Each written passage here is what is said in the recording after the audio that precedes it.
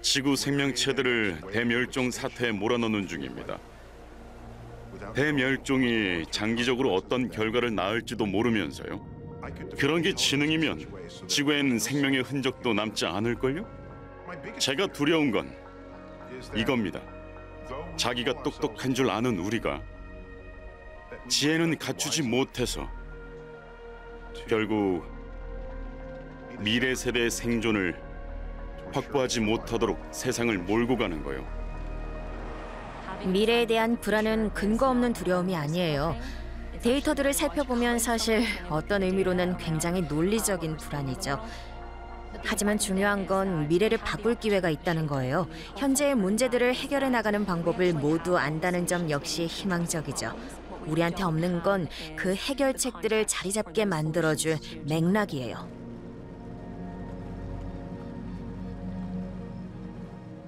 그 해결책들은 어떤 것들이고 어떤 사람들이 찾아내고 있을까요? 미국 뉴헤이븐입니다. 어부였던 브랜 스미스는 이곳에서 해초를 기르며 공동체를 바꾸는 데 앞장서고 있죠. 재생 해양 양식이라는 말이 낯설어서 궁금증이 드네요. 그게 뭐고 어떻게 시작하게 되셨죠? 저는 캐나다의 북동쪽 끝인 뉴펀들랜드에서 태어났어요. 꿈은 어부였죠. 정치인 우주 비행사는 되고 싶지 않았어요. 그래서 14살에 학교를 관두고 전 세계를 누비며 고기를 잡았죠. 대구, 게, 참치부터 별별 걸 다 잡았어요. 그렇게 계속 일했죠. 문제는 제가 생태계에 큰 타격을 준 산업적 어업에 종사했다는 점입니다. 당시엔 몰랐어요. 하지만 베링해에서 조업을 하다가 제 고향의 대구 개체수가 급감한 걸 알게 됐죠. 그때 정신을 차렸어요. 전 환경 문제가 새, 꿀벌, 고마고만 엮인 줄 알았거든요. 그런데 3만 명의 실업을 목격한 겁니다. 어부들이 북적대던 거리는 황량해졌고 고기잡이로 세운 경제와 수백 년간 이어져온 문화는 붕괴됐죠. 환경만의 문제가 아닌 거예요. 해양 생태계 붕괴는 경제 문제, 식탁의 문제입니다. 죽은 바다엔 일자리도 없어요. 그래서 해양 양식을 시작했죠.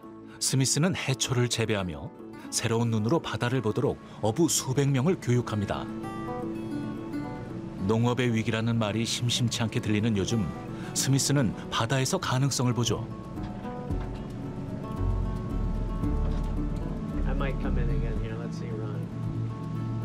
여기서 양식을 시작한 건 20년 전입니다.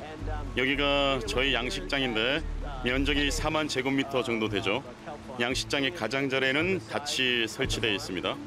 그리고 안쪽으로는 다시마가 줄지어 자라요. 다시마는 수면에서 2m 정도 내려간 지점까지 늘어져 있죠. 다시마에는 적당한 양의 햇빛과 양분을 공급해주기만 하면 돼요.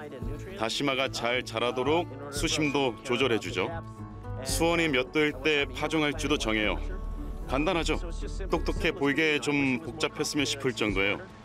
바다의 길에서 살려면 떡갈나무가 아니라 버드나무가 돼야 해요. 쉽게 걷어내고 쉽게 새로 심을 수 있게 돼야죠. Ron, now. Hey, Ron, we got a lot of pressure right here. There we go. Now let me clean it. Right? There we go. So what we're going to do is you're just going to grab a clump, your hand here, and cut along, but don't cut the rope. So I'd rather you go below. And just lift it on high.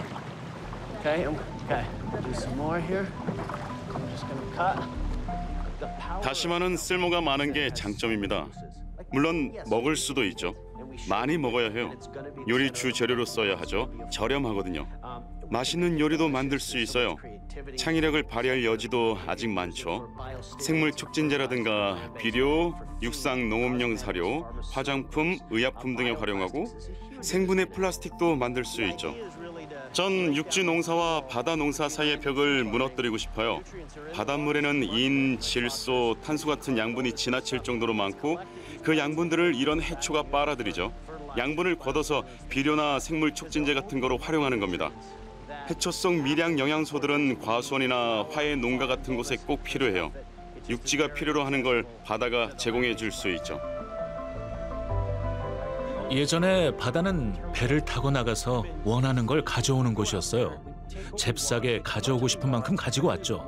그 다음엔 소비해버렸고요. 이젠 얘기가 달라졌죠.